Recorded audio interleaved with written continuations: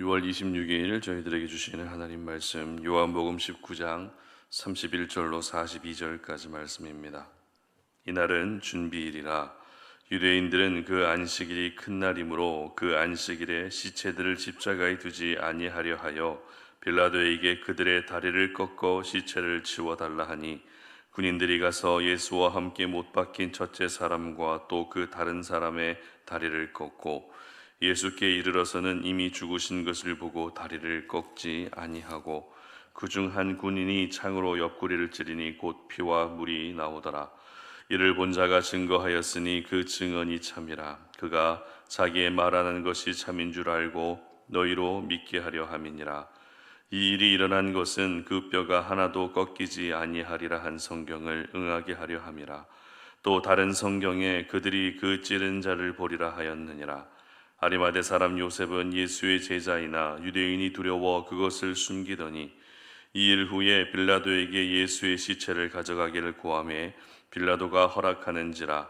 이에 가서 예수의 시체를 가져가니라. 일찍이 예수께 밤에 찾아왔던 니고데모도 몰약과 침향 섞은 것을 100리트라쯤 가지고 온지라. 이에 예수의 시체를 가져다가 유대인의 장례법대로 그 향품과 함께 세마포로 쌌더라. 예수께서 십자가에 못 박히신 곳에 동산이 있고 동산 안에 아직 사람을 장사한 일이 없는 새 무덤이 있는지라. 이날은 유대인의 준비일이요 또 무덤이 가까운 고로 예수를 거기 두니라. 아멘. 숨길 수는 있어도 속일 수는 없다라는 제목으로 오늘 아침 말씀 전합니다. 예수님의 3년간의 짧은 공생애가 끝나게 됐습니다. 3년간의 짧은 공생애를 마치고 예수님은 십자가에 조용히 숨을 거두셨습니다. 예수님과 함께 십자가형에 처해진 두 명의 강도는 아직 숨이 붙어 있었지만 예수님은 십자가에 못 박히시고 얼마 지나지 않아 바로 돌아가십니다. 그만큼 모든 기력이 다했다는 의미겠죠. 영화를 보면 주인공은 잘 안 죽습니다. 빗발치는 총알 사이에서도 살아남고 심지어 총을 맞아도 잘 안 죽습니다. 이유는 간단합니다. 주인공이기 때문이죠. 주인공의 특혜라고도 할 수 있을 것 같습니다. 그러나 하나님의 스토리의 주인공인 예수님은 너무나도 맥없이 돌아가셨습니다. 과연 주인공이 맞는가라는 의심이 들 정도로 십자가에서 조금 더 버티지 못하시고 돌아가셨습니다. 인간적인 생각으로는 예수님의 양옆에 있었던 강도들처럼 끝까지 죽음과 싸우는 비장함을 보여주셨으면 하는 그런 아쉬움도 생깁니다. 그러나 예수님은 영화의 주인공으로 오신 것이 아니라 하나님의 스토리의 주인공으로 오셨습니다.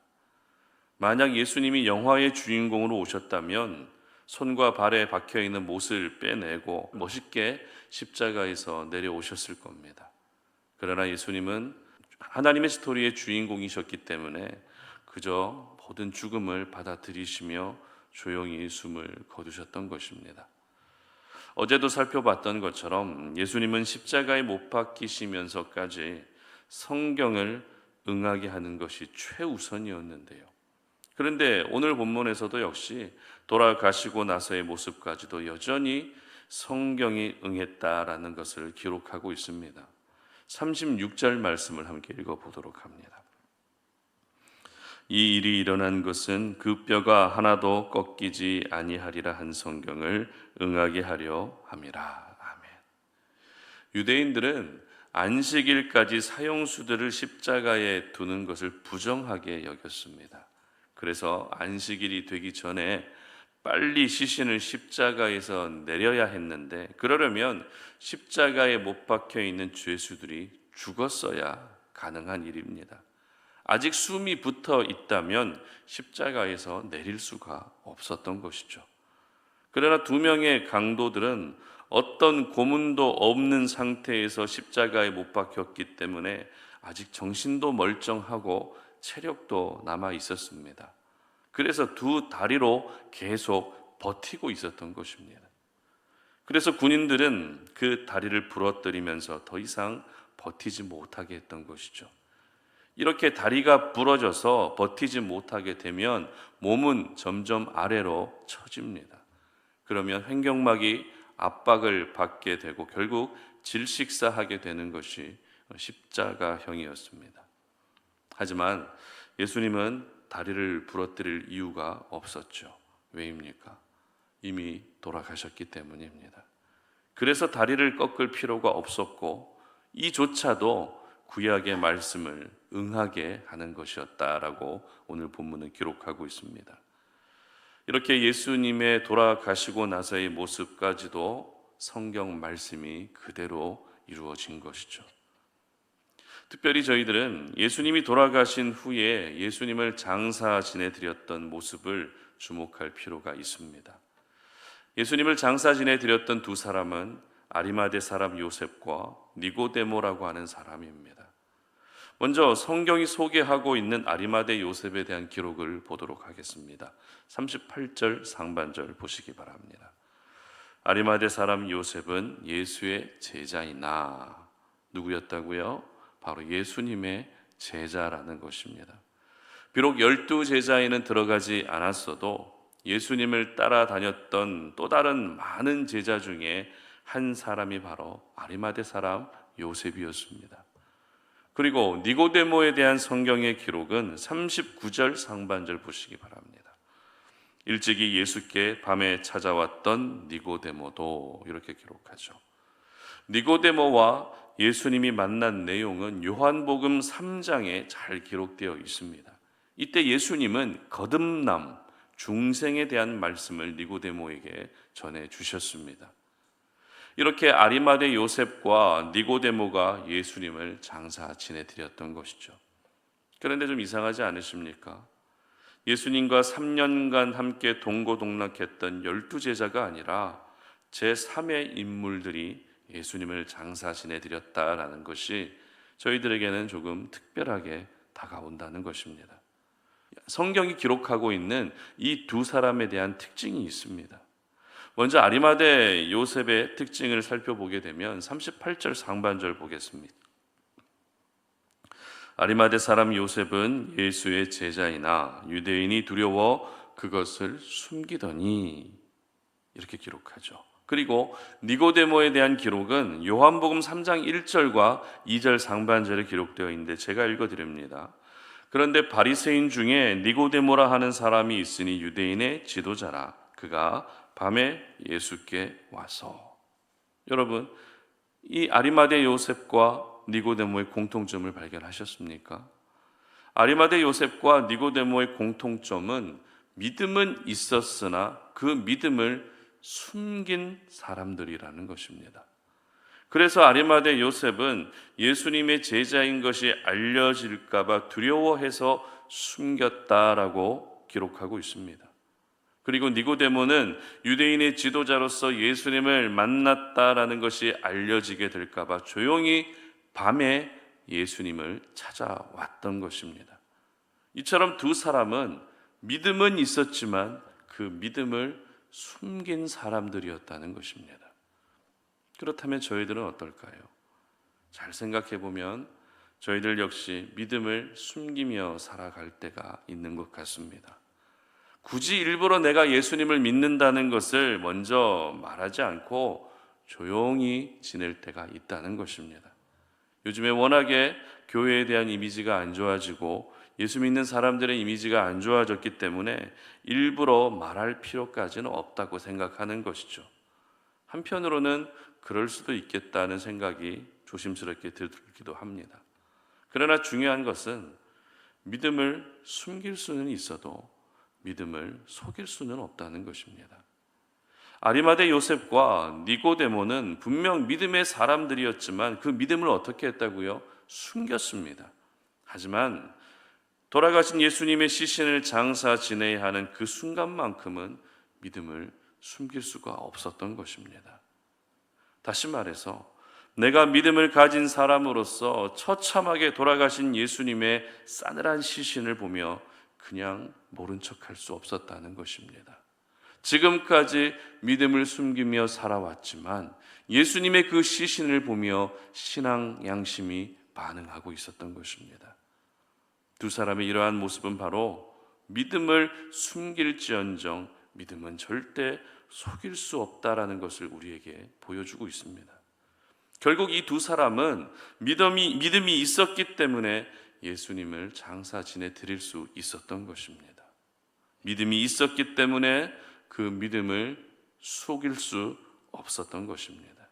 그렇습니다. 어떤 불가피한 상황 때문에 잠시 믿음을 숨길 수는 있습니다. 그러나 이 믿음을 숨기는 것조차도 길어지게 되면 결국 믿음을 속이게 되는 것입니다. 믿음을 속이는 것은 믿음을 배신하는 것이고 믿음을 저버리는 것입니다. 여러분, 믿음을 숨기는 것과 믿음을 속이는 것은 차원이 다른 문제입니다. 믿음을 속이는 것은 내가 예수님을 안 믿는다는 것과 다르지 않기 때문에 믿음을 속이는 일은 절대 없어야 되는 것입니다. 은혜의 자리에서 멀어지고 기도의 자리에서 멀어지고 예배의 자리에서 멀어지는 것은 믿음을 속이는 전조 증상이 될 수 있기 때문에 이와 같은 모습을 우리는 항시 경계해야 되는 것입니다. 사도 바울은 디모데에게 어떤 권면을 하는가 하면 디모데전서 1장 19절과 20절 상반절을 제가 읽어드리도록 하겠습니다. 믿음과 착한 양심을 가지라. 어떤 이들은 이 양심을 버렸고 그 믿음에 관하여는 파선하였느니라. 그 가운데 후메네오와 알렉산더가 있으니. 후메네오와 알렉산더라는 사람을 가리켜서 믿음에서 파선한 사람이라고 사도 바울은 이야기합니다. 파선했다는 것은 실패했다는 것입니다. 결국 믿음을 속이는 자가 됐다는 것입니다. 따라서 저희들은 절대 믿음에서 파선하는 일은 없어야 됩니다. 믿음을 속이는 일만큼은 절대 생기지 않게 해야 한다는 것입니다. 예수님의 12 제자들은 지금까지 믿음으로 살아왔다고 자부할 만한 사람들이죠. 그러나 예수님이 십자가에 달려 돌아가시는 그 순간 사도 요한을 제외하고는 아무도 그 자리를 지키지 않았습니다. 심지어 돌아가신 예수님의 시신을 장사 지내는 일조차도 그 12 제자들은 하지 않았습니다. 하지만 지금까지 믿음을 숨기며 지내왔던 아리마대 요셉과 니고데모는 12 제자에게도 버림받은 예수님을 정성껏 장사 지내 드렸습니다. 그것이 얼마나 위험한 일인지 모를 리가 없습니다. 지금까지 숨겨왔던 그 믿음이 한순간에 탈로 날 수 있는 상황이었습니다. 그럼에도 불구하고 나는 절대 믿음을 속이는 자로 살지 않겠다라고 하는 아름다운 모습을 보여주었던 것이죠. 바라기는 여러분이 바로 믿음을 속이지 않는 분들이 되셨으면 좋겠습니다. 때로는 믿음을 숨기는 부끄러운 내 모습이 있을지라도 믿음을 속이는 일만큼은 절대 없었으면 좋겠습니다. 아리마대 요셉과 니고데모는 성경에 잠깐 언급된 사람들이지만 하나님 나라에는 영원히 기억된 사람들이었습니다. 바로 여러분의 믿음이 이들과 같이 하나님께 영원히 기억되는 그런 믿음이 될 수 있도록 여러분이 가지고 있는 그 믿음을 숨길지언정 속이는 일은 절대 없으시기를 주님의 이름으로 축복합니다. 함께 기도하겠습니다. 살아계신 하나님 아버지, 오늘도 우리가 하나님의 거룩한 말씀 앞에 우리의 믿음을 돌아보게 됩니다. 우리는 믿음을 가지고 살아가고 있지만 이 세상 속에서 그 믿음을 부득이하게 숨겨야 되는 일도 있습니다. 숨길 때에 부끄럽고 죄송한 마음이 있지만 괜히 믿음을 드러냈다가는 내게 너무나도 극심한 피해가 돌아올 수 있기 때문에 믿음을 숨기는 그런 어리석은 모습도 있습니다. 그러나 믿음을 숨길지언정 내 믿음을 절대 속일 수는 없다는 사실을 오늘 기억하오니 우리가 이 땅을 살아가면서 믿음의 선한 양심이 항상 반응할 수 있게 하시고 정말 필요한 순간에 반드시 필요한 순간에는 우리가 가지고 있는 그 믿음을 떳떳하게 드러낼 수 있는 하나님의 사람들 될 수 있도록 도와주시옵소서. 그래서 이 악하고 음란한 세대 가운데에서도 하나님께서 허락하신 이 믿음을 숨기지 않고 더 이상 이제는 속이지도 않고 하나님이 원하시는 그 믿음의 모습으로 오늘 하루를 살아갈 수 있는 저희들이 될 수 있도록 도와주시옵소서. 감사드리며 예수님의 이름으로 기도드립니다. 아멘.